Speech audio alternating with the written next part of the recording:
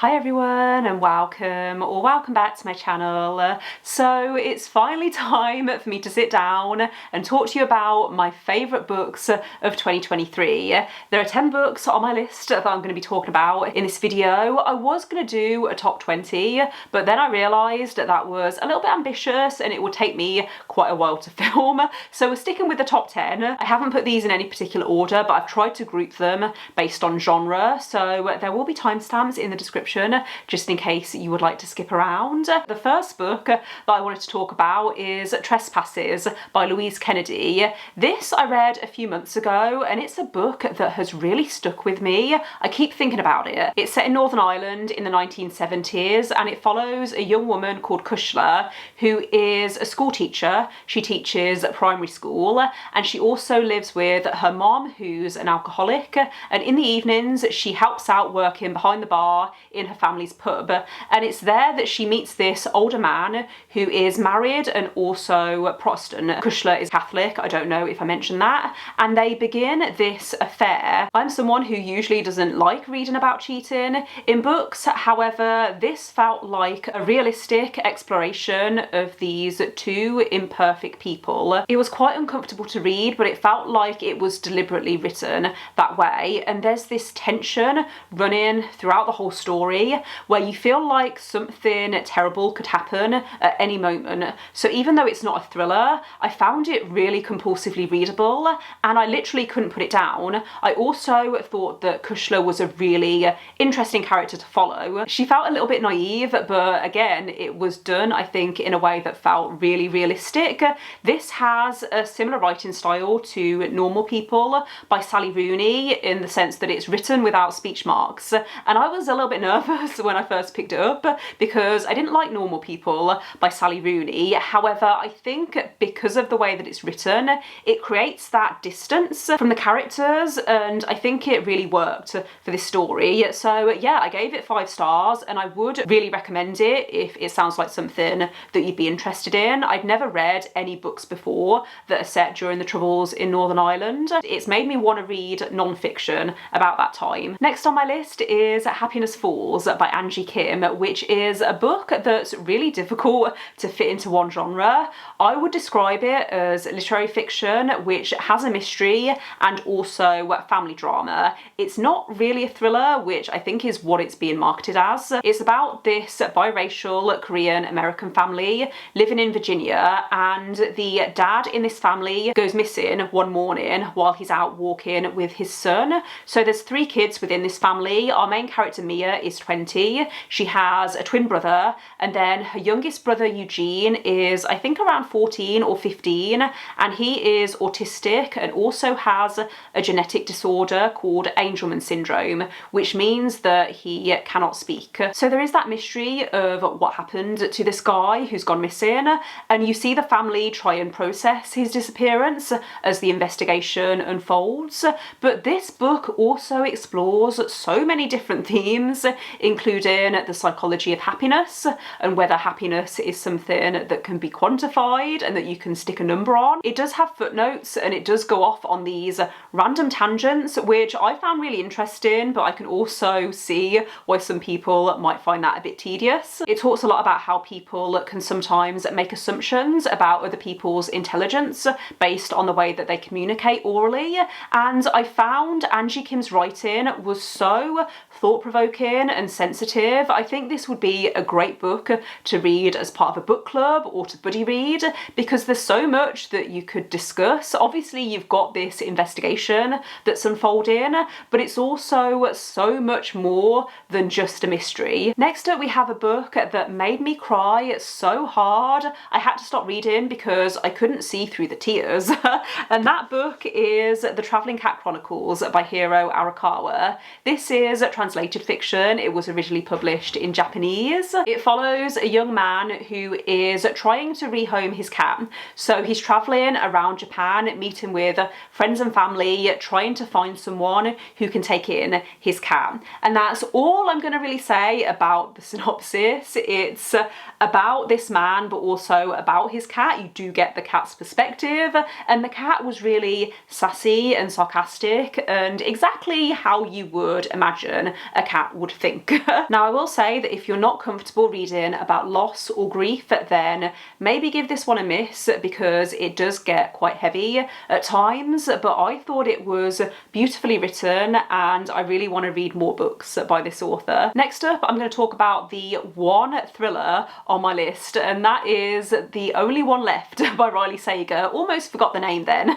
This is not my favourite Riley Sager. I actually gave this one 4.5 stars. However, I wanted to include a thriller on this list because I read a lot of thrillers and it's one of my most read genres, but I really struggled to find thrillers that I really loved last year. This came pretty close though. It's a very gothic story, or it has a very gothic atmosphere, I should say. It's about this woman who accepts a job as a caregiver for an elderly woman who lives in this big mansion overlooking this cliff face. This woman is, I think, now in her 70s. However, when she was a teenager, she was accused of murdering her entire family.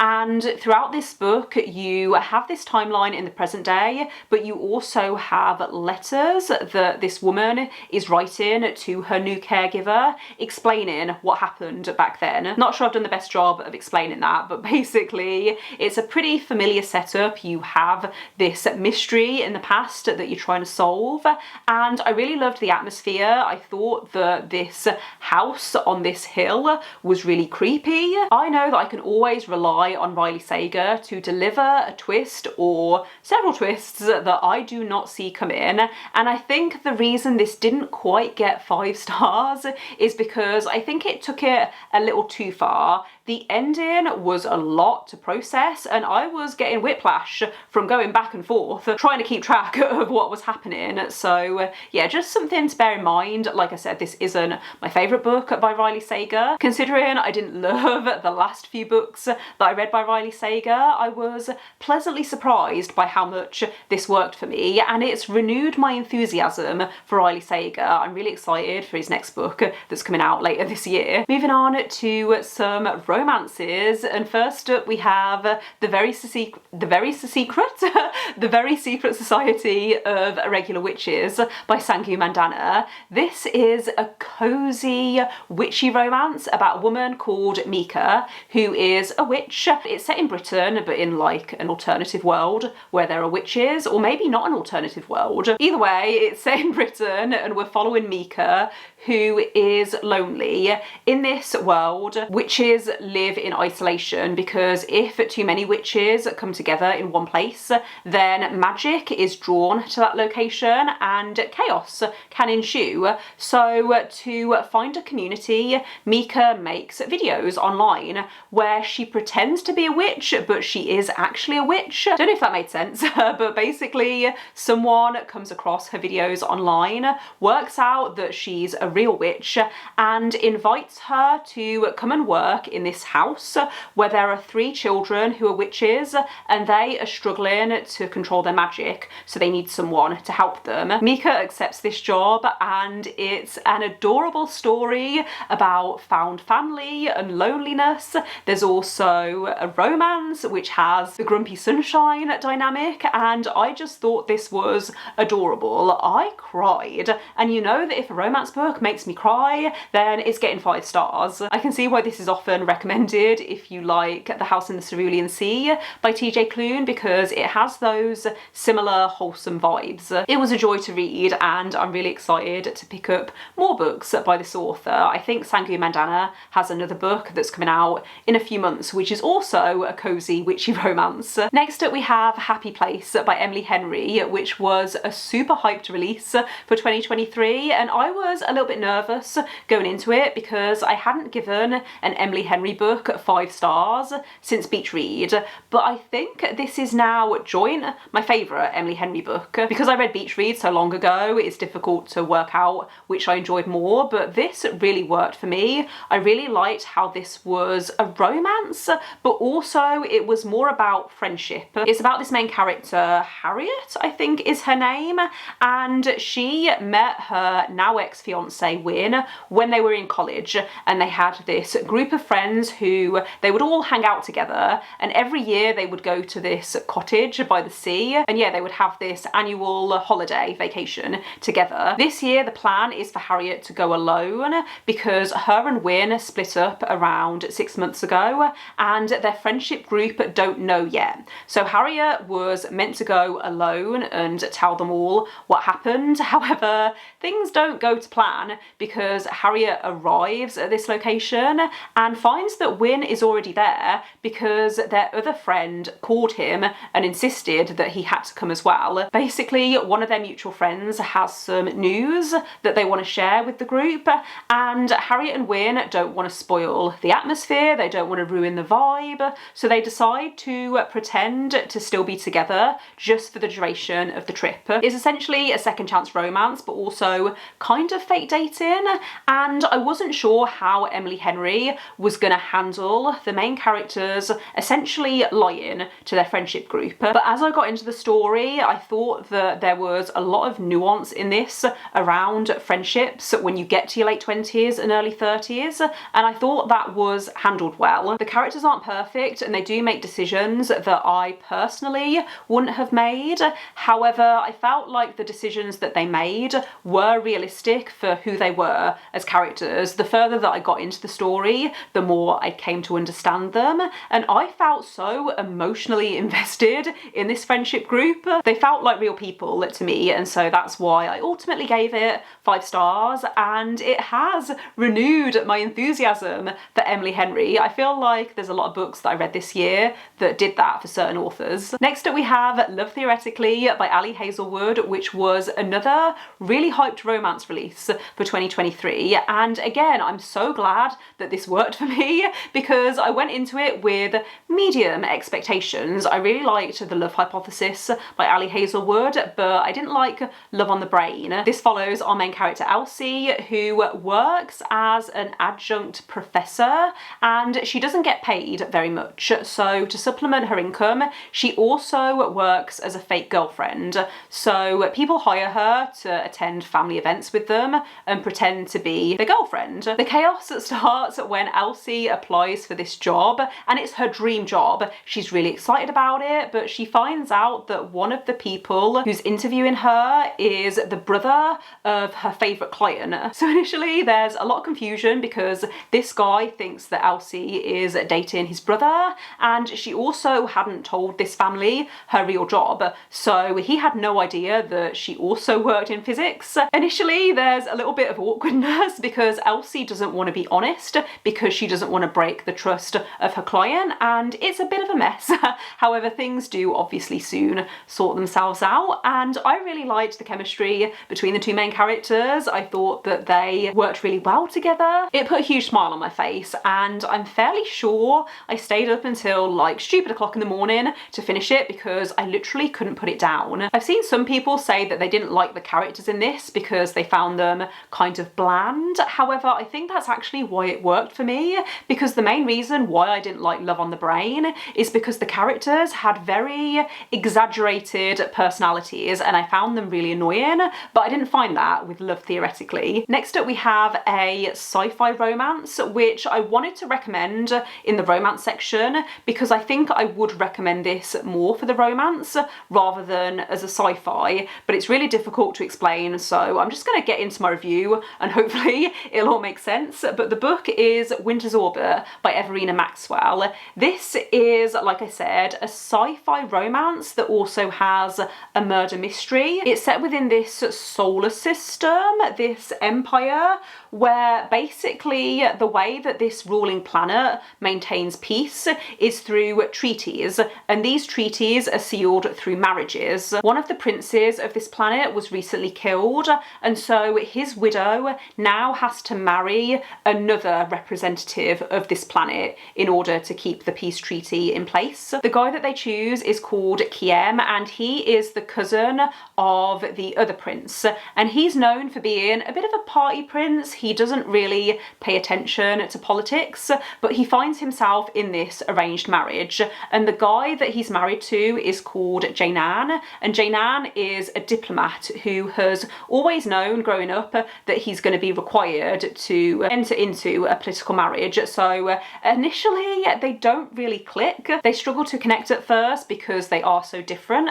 However, I felt like their relationship developed in a way that felt really natural, and there are reasons why they don't trust each other initially. I would recommend checking content warnings if you need them, because this does deal with abuse in particular. They don't communicate very well initially, however I found that believable rather than frustrating. I think you're most likely to enjoy this if you're interested in political sci-fi and you're also looking for a strong romance, because personally I loved the romance the most. However, there is this political side plot, and I think if you're not interested in that at all, then you might find this a little bit dull. But the political sci-fi elements weren't strong enough to carry the story by itself. Hope that made sense. But yeah, I gave this one 5 stars, and I would be interested in checking out the companion novel, which I think follows different characters but is set in the same universe. In this final section, I wanted to talk through some of my favourite fantasy books of 2023.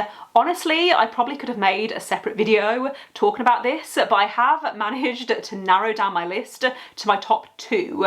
And the first book that I wanted to talk about is The Fifth Season by N.K. Jemisin. This is the first book in the Broken Earth trilogy. I read the entire trilogy last year and loved every single book.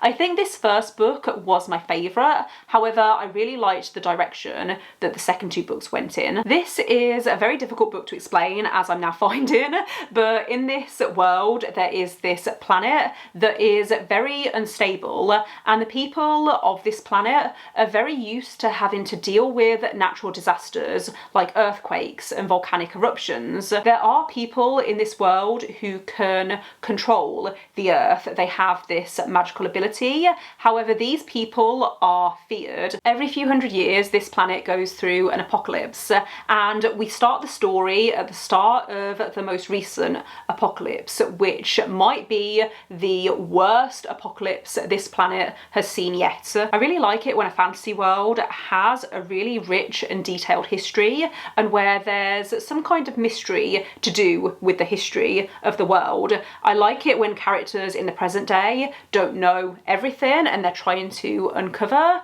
certain things. I find it really interesting to try and piece everything together. The opening chapter to this is heart-wrenching. We're introduced to this woman who has this magical ability, and she's passed it on to her children, but she didn't tell her husband for obvious reasons. However, he has found out somehow, and she returns home to find that her husband has murdered their son and kidnapped their daughter. That then sets the tone for the rest of the book. It is dark and brutal, and it's a little confusing. However, I found it confusing in a satisfying way. It's a book and a series that is very much driven by its themes, so I think if you're a character-driven reader, or even if you're a plot-driven reader, then this might not work for you, because it's not really either, but it's one of the most unique fantasy books that I've ever read. I really liked the writing style as well. It flicks between a few different perspectives and writing styles. Part of this is told in second-person perspective, as if some unknown narrator is addressing you as the reader, and I found that really helped to draw me into the story and make me feel immersed. So yeah, I gave this first book 5 stars. I think I gave books 2 and 3 4 stars or 4.5 stars. Difficult book to recommend, but I really appreciated this, and I definitely want to pick up more books by N.K. Jemisin. The final book that I wanted to talk about in this video was actually the first book that I gave 5 stars in 2023, The Sword of Kaigen by M.L. Wang. This was such a roller coaster of emotions. I actually read another book by M.L. Wang earlier this year. Not this year, because we're now in 2024, but I read another book by M.L. Wang in 2023. However, I think this is my favourite out of the 2 because of how much of an emotional impact it had on me. We're following 2 main characters in this, Misaki and her teenage son, Mamoru, I think is his name. Essentially within this world you have this empire, and at the tip of this empire is what's called the Sword of Kaigen. There's a bunch of warrior families that live within this area, and they are the first line of defense against invasion. Misaki has married into one of the main warrior families within this community, and then Mamoru is her son. So it's about this community, and it's also about war. We have an elemental magic system in this, which I found was really well developed. I love an interesting magic system, and I thought the magic system in this was one of the strongest elements. The climax of the story doesn't happen when you think it's going to happen, and I really appreciated how this book showed the aftermath of what happened afterwards. I'm trying to be really vague, but I thought this was so well written. We need more fantasy books that have women who are over the age of 40, and Misaki is one of my favourite fictional characters that I've ever read, which is why I gave it 5 stars. I will say that the ending to this wasn't as strong as I would have expected. I think it's because even though this is a standalone, it's a standalone prequel within another series that the author was writing. However, there aren't going to be any more books within this world that I know of. So that did feel anticlimactic. However, I really appreciated this story overall. Would recommend checking content warnings, because this is a very misogynistic and sexist society. So just something that I wanted to mention, but I still think about this book all of the time, and I really enjoyed Blood Over Brighthaven by Wang, which I also read last year. That does bring me to the end of this video though, so thank you for watching. If you made it this far, let me know in the comments if you've read any of these books and what you thought of them. Let me know some of your favourite books of 2023. Don't forget to give this video a thumbs up if you liked it, and click subscribe if you would like to see more videos from me, but otherwise I will see you next time. Bye!